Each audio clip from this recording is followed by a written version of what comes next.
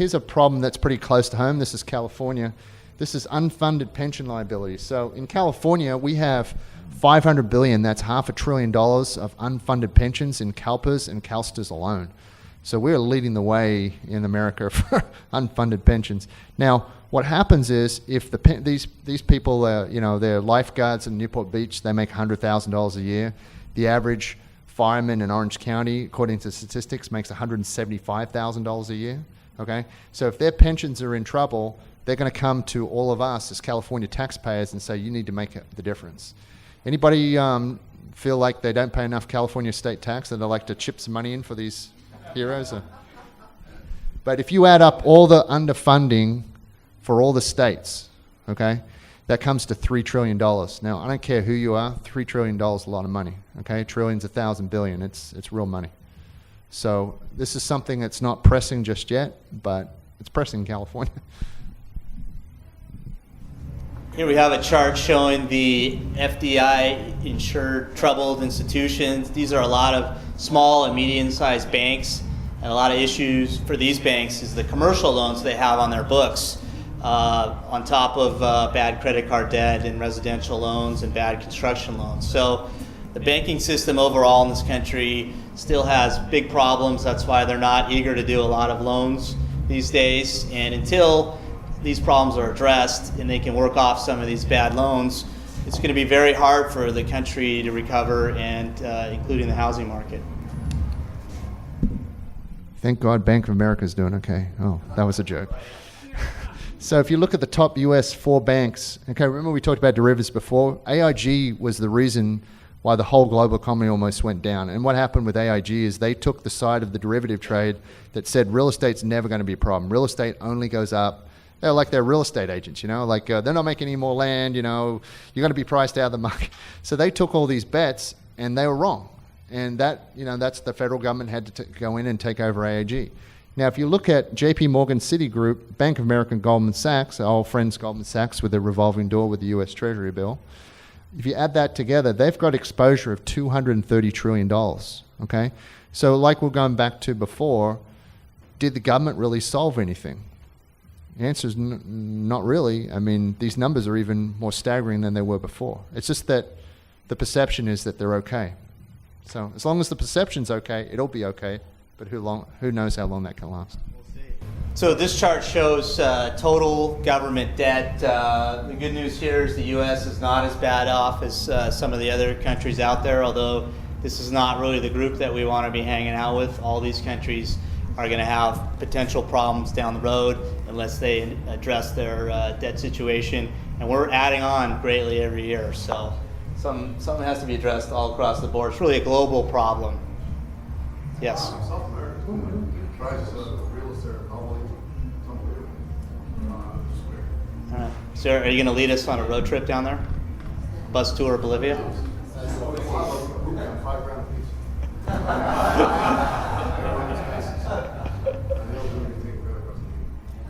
Can hardly wait. This chart just shows debt in the United States. This is total credit debt as compared to the GDP. As you can see, we had a big credit bubble in the time of the 1920s, the roaring 20s. Credit was running all over the place. Got into a bubble situation, it burst, and we had to deleverage the debt.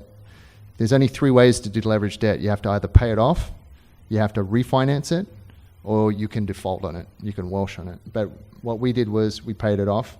And so since 1982, we've had, across many different kinds of presidents, we've had a huge run-up in debt. And the deleveraging has started, but it's only just started. So this, again, is one of those charts you look at and you say, I don't think it's time to go all in on real estate just yet. Yeah, I'm thinking like this is where you want to be all in, somewhere about right there.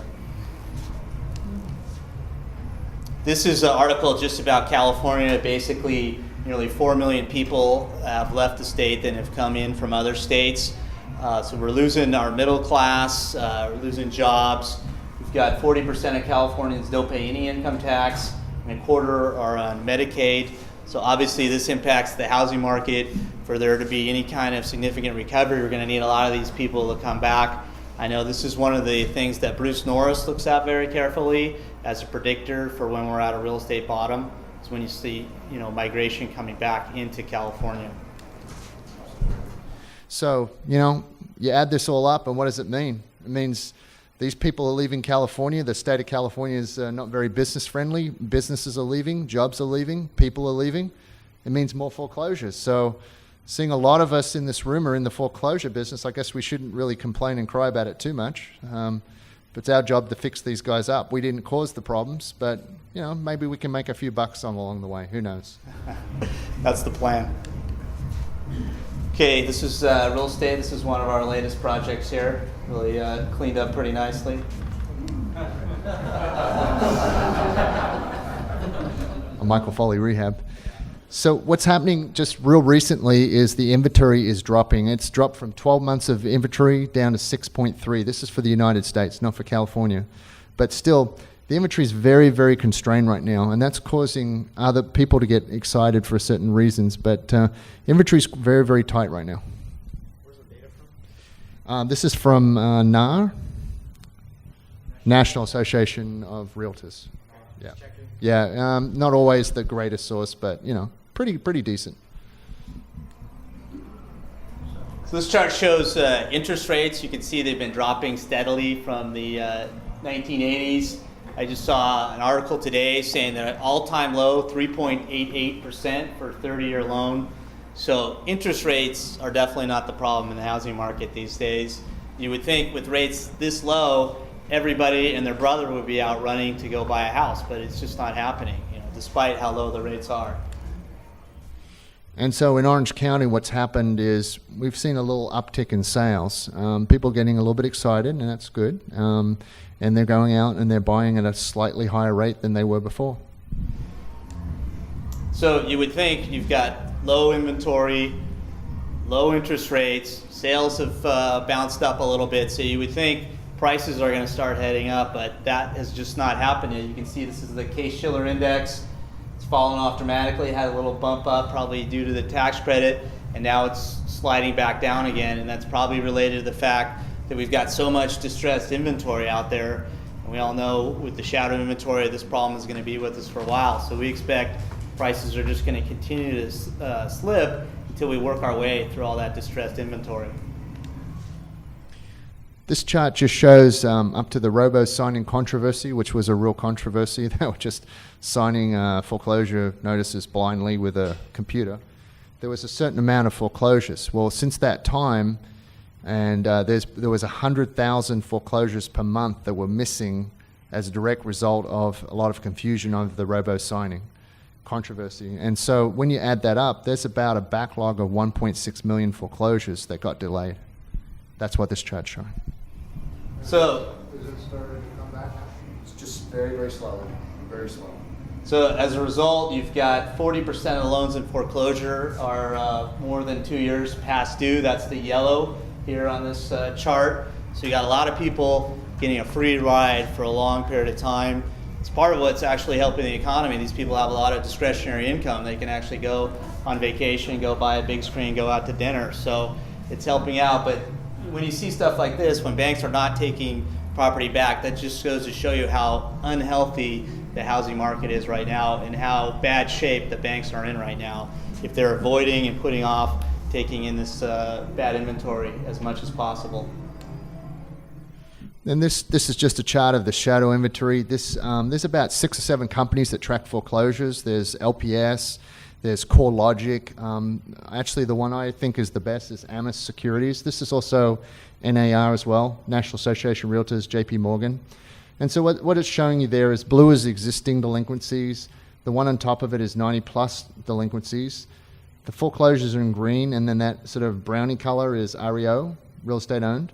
And then there's a little bit of current but underwater. So according to this source, there's approximately 9 million people in the United States today not making their mortgage payment. Now, since 2008, we've put 3.3 million houses through the foreclosure process. So if this source is right, there's 3 times as much pain to come than has been, because 3.3 goes roughly into 9.5 three times. roughly. So, maybe we're in the third inning of this thing right now. Lots of opportunity, though. Lots of Absolutely. everybody Pretty here, exciting. yeah, that's the bottom line. This is a chart from Bank of America. This is their prediction for the number of foreclosures over the next 5 years. They're saying 6.6 million through 2016. So plenty of opportunity for wholesalers, rehabbers, pretty much all of us in this room.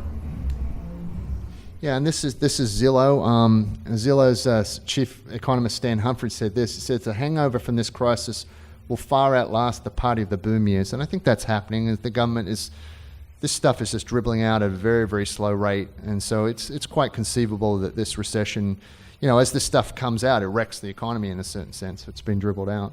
Amos Security says they estimate 9.5 million homes are still at risk of default, and they're expecting, and so is Zillow, slight increase in foreclosures as we get, the 25 billion we gave the banks a little slap on the wrist. Naughty boy, 25 billion. Okay, go ahead and do whatever you need to do. So gave them a slap on the wrist, and so now they're getting back to the foreclosure business. They're going to foreclose on some houses, but they're not going to be going crazy over it. But they're just going to pick it up a little bit. But there was a study by Deutsche Bank, and they said that basically in California, this number could get to, if there was another price drop, or when there's another price drop, this number could get to 50% pretty easily. And there's been a lot of surveys where they've surveyed people, and they've said, okay, you're underwater now. Would you consider doing a strategic default if it got worse? And the polls are all coming back at 50%. So 50% of people are saying, so that 9.5 million, so we got 3.3 in the bank, and we got 9.5 million sitting out there, right? But then if we get a price drop, when we get a price drop, there's going to be more people that strategically default. They can afford to make the payment, but it's not in their best interest to. Just like you were talking about the commercial, right? You go hand back the keys and say, I had enough. So. Right, and then prices drop, it's kind of a vicious cycle, and you have more people underwater, keeps going. This is an interesting chart. This is showing total distressed inventory percentage-wise in some various Southern California counties. And what I thought was really interesting is the short sales are making up a huge percentage of the distressed inventory. Kind of used to be 50% short sales, 50% REOs.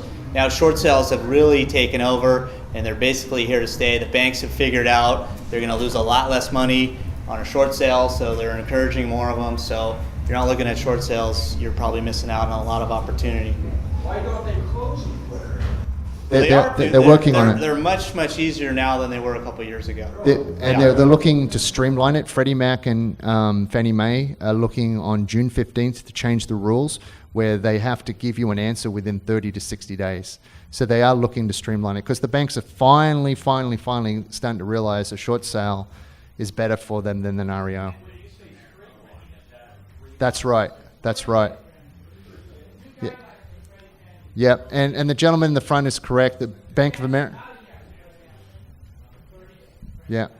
The gentleman in the front's correct. Bank of America has already put a program in to streamline the short sales. Yeah. What's it called? Equator. Some other banks have followed suit, right? So this shows the lower tier, which is the cheap properties, the middle tier, which is the average properties, and the high tier.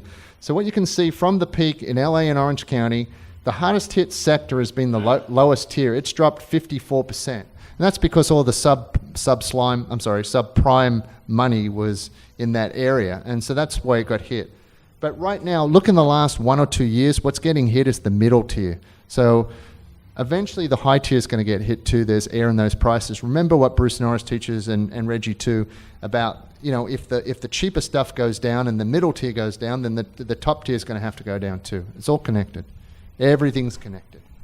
This is an article in the New York Times. This is talking about some of the private equity groups that are getting into buying foreclosures and renting them out. This article says Waypoint, the managing director, says they plan to buy 10 to 15,000 homes by the end of next year.